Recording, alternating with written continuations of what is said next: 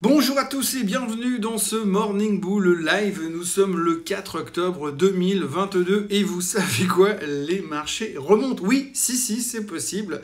On n'y croyait plus, hein. Entre vous et moi, ça fait quand même un moment qu'on pensait plus que c'était possible. Et pourtant, hier, avec une ambiance à peu près apocalyptique en début de journée, on a quand même réussi finalement à terminer en hausse et pas qu'un peu. Alors pas trop mal en Europe, mais alors encore une fois, de manière hyper spectaculaire aux États-Unis. Alors rassurez-vous, hein, il n'y a absolument rien qu'à changer au niveau des chiffres économiques, il n'y a simplement rien qu'à changer au niveau de l'inflation, il n'y a rien qu'à changer au niveau des risques de récession, il n'y a rien qu'à changer au niveau de tout ce qui va mal aujourd'hui et tout ce qui nous inquiétait il y a encore 24 heures. Mais c'est vrai que là, tout de suite, dans l'immédiat, eh bien, on a trouvé 2-3 bonnes choses qui nous ont décidé à finalement repartir à la hausse. Et ça fait du bien, alors on va pas gâcher notre plaisir, hein. Il y a quand même des bonnes journées, donc quasiment 3% de hausse sur tous les indices américains hier, c'était phénoménal. Et pourquoi? Tout simplement, non, c'est pas parce que le Crédit Suisse va pas faire faillite tout de suite, c'est simplement parce que, eh bien, il y a eu des mauvaises nouvelles. Et ces mauvaises nouvelles, étonnamment, là, tout d'un coup, eh bien, elles sont super bonnes.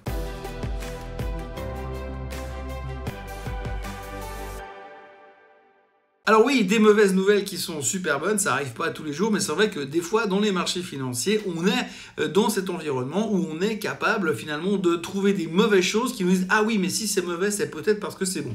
Et bien hier, il y avait déjà une chose qui était assez intéressante au niveau des Américains, au niveau des chiffres économiques aux États-Unis, c'était le PMI manufacturier. Alors le PMI manufacturier est sorti hier en dessous des attentes, plus faible que prévu, donc on voit vraiment qu'il y a un léger ralentissement de l'économie. Ça pourrait être le premier signe comme quoi l'économie ralentit. Alors dans un monde normal, on se serait inquiété parce qu'on se dit l'économie ralentit, on va aller en récession. La récession, c'est mauvais pour l'économie. L'économie qui est en récession, c'est mauvais pour les equities, c'est mauvais pour les titres, c'est mauvais pour les indices. Et c'est la fin du monde. Mais sauf que là, on s'est dit ah, mais si on a des indices comme quoi finalement les choses sont en train de ralentir, c'est peut-être parce que la Fed a raison. La Fed fait ce qu'il faut. Le plan de la Fed fonctionne. Le plan de la Fed fonctionne sans accroc. Et donc, ça marche. On attendait une confirmation quelque part depuis quelques temps, comme quoi, est-ce que vraiment ces hausses de taux, ces multiples hausses de taux qu'on voit partout dans le monde, surtout aux États-Unis, mais qui sont en train de suivre partout dans le monde, est-ce que ces multiples hausses de taux, eh bien, vont nous permettre de fighter cette inflation et de s'en sortir? Et là, hier, on a eu la première indication comme quoi ça marchait. Alors ça, c'était la mauvaise nouvelle qui est devenue une bonne nouvelle et qui finalement a déclenché une grosse partie du mouvement haussier. À côté de ça, on peut rajouter d'autres bonnes nouvelles ou mauvaises nouvelles, je sais pas, peu importe comment on veut les interpréter. Tout d'abord, c'est le gouvernement anglais qui fait machine arrière, hein, qui a pédalé dans l'autre sens et qui finalement est en train d'annuler leur plan qu'ils avaient prévu de faire, le plan qui avait flingué la livre, qui avait flingué les obligations britanniques. Eh bien, on est en train de parler de l'annuler et ils sont en train de l'annuler. D'ailleurs, c'est complètement un 180 à 250%. C'est le gouvernement le plus jeune qui a eu le plus gros échec, le plus rapidement, visiblement, historiquement parlant. Je suis pas sûr que dans toute l'histoire de l'Angleterre, ils aient déjà fait mieux que ça. En tous les cas, machine arrière du côté du gouvernement britannique, ça a également rassuré les marchés. Ça a bien aidé. Ça va pas régler le problème non plus de la livre sterling qui est au fond du bac. Elle est remontée un petit peu, mais on est encore loin de retrouver les niveaux d'antan. Donc il y aura peut-être encore des opportunités d'acheter des chalets à Verbier dans quelques temps, c'est pas sûr. En tous les cas, par rapport à ça, on a une pression qui s'est un petit peu levée sur le côté de l'Angleterre. Et puis bien sûr, il y a le Crédit Suisse. Alors le Crédit Suisse, on ne peut pas en parler tout le temps ni parler que de ça. Par contre, c'est un gros sujet aujourd'hui, c'est un gros sujet pour la Suisse en général, en particulier pour le reste du monde, mais pour nous en Suisse, c'est important. Alors bon, évidemment, où on en est où? Qu'est-ce qui se passe? Alors hier, le Crédit Suisse s'est fait massacrer sur le début de nouvelles, puisque je vous rappelle quand même que hier, à 8h du matin, on était tous plus ou moins convaincus qu'il y avait quand même un risque de faillite quelque part, pas complètement à négliger. Et puis, finalement, au fur et à mesure de la journée, on s'est rendu compte que le patron du Crédit Suisse, il a pris sa mallette, il a pris sa voiture de fonction, il est allé frapper chez tous les fonds d'investissement qui sont des gros actionnaires du Crédit Suisse pour leur dire « Ouais les gars, cool, tout va bien, on maîtrise le sujet, il n'y a pas de souci.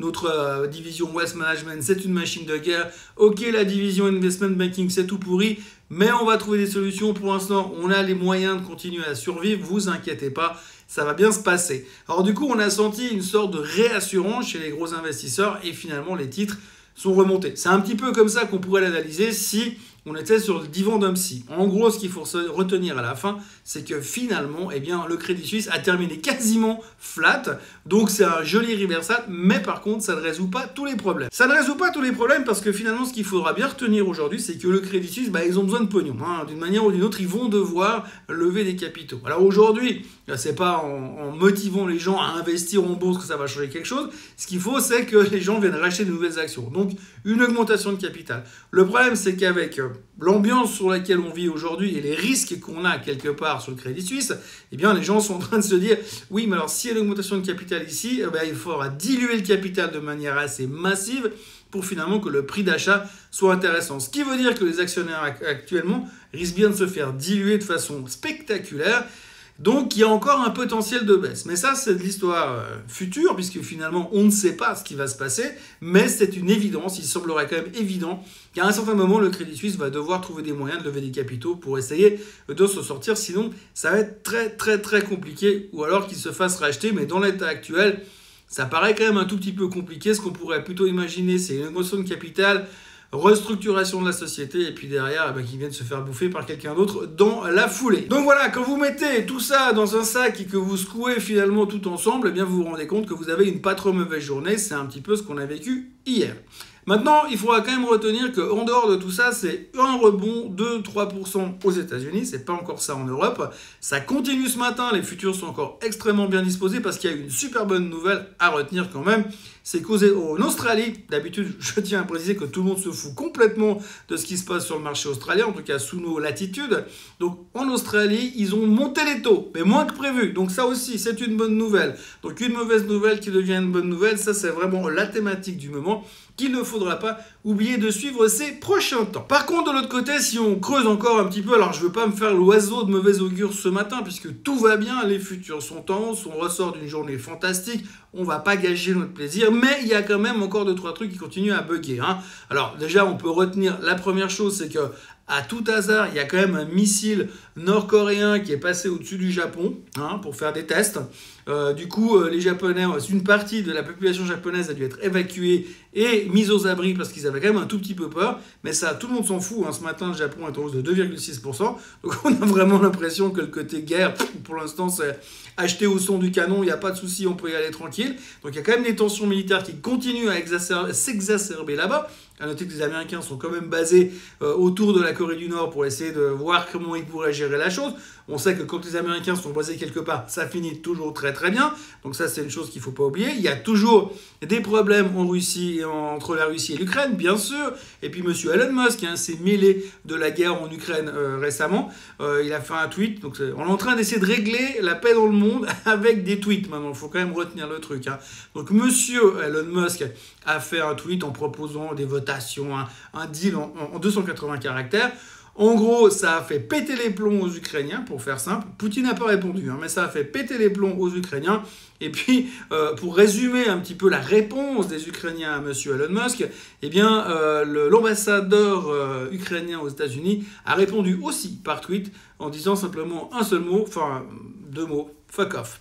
Donc en gros, on voit bien que Elon Musk se mêle de tout dans tous les sens. Pendant ce temps, il fait un peu diversion puisqu'il a publié les ventes de Tesla. On en a parlé déjà hier matin. Donc les livraisons de Tesla étaient légèrement en dessous des attentes des analystes. Globalement, nettement mieux que l'année passée, mais en dessous des attentes des analystes. Et Elon Musk a exprimé que c'était en fait simplement parce qu'ils avaient 20 000 voitures qu'ils n'avaient pas réussi à livrer parce qu'ils avaient des problèmes de logistique. Alors, c'est pas très très grave in fine. Le marché n'a pas aimé, c'est quasiment 9% de baisse sur Tesla. Mais par contre, ce qu'il faut retenir quand même, c'est que si on est en train de vouloir développer une boîte comme Tesla pour devenir beaucoup plus grosse, sachant qu'on a quand même pricé beaucoup de croissance à l'avenir, mais que vous n'êtes pas capable de livrer 20 000 bagnoles, il faut quand même se poser 2-3 questions. Ça peut faire peur à certains investisseurs à l'avenir. Donc ça veut aussi dire que ces prochains temps, les publications trimestrielles, ça va être showtime, parce que au moindre dérapage de côté, on va se faire allumer, et donc ça pourrait être très très violent. Voilà, en gros, ce qu'il faut retenir dans la thématique où on est aujourd'hui, ça va mieux, on a eu une belle journée, on a l'air d'avoir une belle journée devant nous de nouveau, Mais quand on écoute un petit peu les gourous du marché pour l'instant, eh bien c'est pas tout à fait gagné, puisqu'il faut retenir qu'il y a eu quand même pas mal de commentaires qui ont été faits hier pendant la hausse. Des gens qui sont quand même venus dire ouvertement qu'il fallait pas s'emballer parce qu'il y avait toujours des risques assez conséquents de marché à la baisse. Et il y en a surtout qu'il faut retenir, alors je peux pas m'empêcher de le citer parce qu'à chaque fois il vient avec des opinions tellement tranchées, c'est monsieur Nouriel Roubini qui est venu hier nous annoncer que selon lui, selon ce qu'il prévoit et selon ce qu'il a calculé ces dernières semaines, enfermé dans sa grotte, je ne sais pas où, quelque part aux États-Unis, ou dans une boîte de nuit aux États-Unis, peu importe, eh bien, M. Roubini a fait un calcul et il estime que la baisse dans laquelle on est, l'inflation et les risques de récession qu'il y a derrière devraient nous emmener 40% plus bas. 40% plus bas sur le S&P 500. Alors, je vous épargne le calcul, c'est 2200 sur le S&P 500 si jamais il a raison. Alors, la bonne nouvelle, c'est que M. Roubini a eu raison une fois, pendant la crise des subprimes, et puis depuis, il est souvent beaucoup faux, et il est souvent un indicateur technique avancé assez spectaculaire, un indicateur inversé, puisque chaque fois qu'il dit que ça va baisser, en général, ça remonte, ça tombe bien, puisque hier, il a publié son dernier rapport, et le marché a pris 3%. Voilà ce qu'on pouvait raconter ce matin. Pour le moment, il n'y a rien de spécial au niveau des news, on va continuer tranquillement. Il y a pas mal de chiffres économiques aux États-Unis cet après-midi, toujours Redbook, entre autres, les JOLT. Donc toujours faire très attention, puisqu'on voit qu'en ce moment, on interprète vraiment des mauvais chiffres qui signalent un ralentissement de l'économie comme étant le fait que ce que fait la Fed fonctionne. Il y aura aussi beaucoup de gens de la Fed qui parleront des présidents de banque centrale. C'est vraiment ce truc à la mode. C'est presque plus populaire qu'un concert de rock pour l'instant. C'est écouter un président de banque centrale parler à la télé. Il y en aura plein aujourd'hui. Il faut toujours faire un peu attention parce qu'en fonction des mots sur lesquels ils peuvent déraper, ça peut aller très vite dans la mauvaise direction. En ce qui me concerne, je vous encourage à vous abonner à la chaîne Swissquote en français. Je vous encourage à revenir demain, parce que bien sûr, je serai encore là demain, comme d'habitude. Et puis, d'ici là, passez une excellente journée. Et puis, n'oubliez pas de liker cette vidéo, enfin, si vous avez aimé, puisque je suis toujours à moitié en déplacement. Et moi, je vous retrouve à la même heure, au même endroit, demain matin, pour des nouvelles aventures de la fabuleuse, du monde fabuleux de la finance que l'on adore envers et contre tout. Excellente journée à tous et à demain. Bye bye.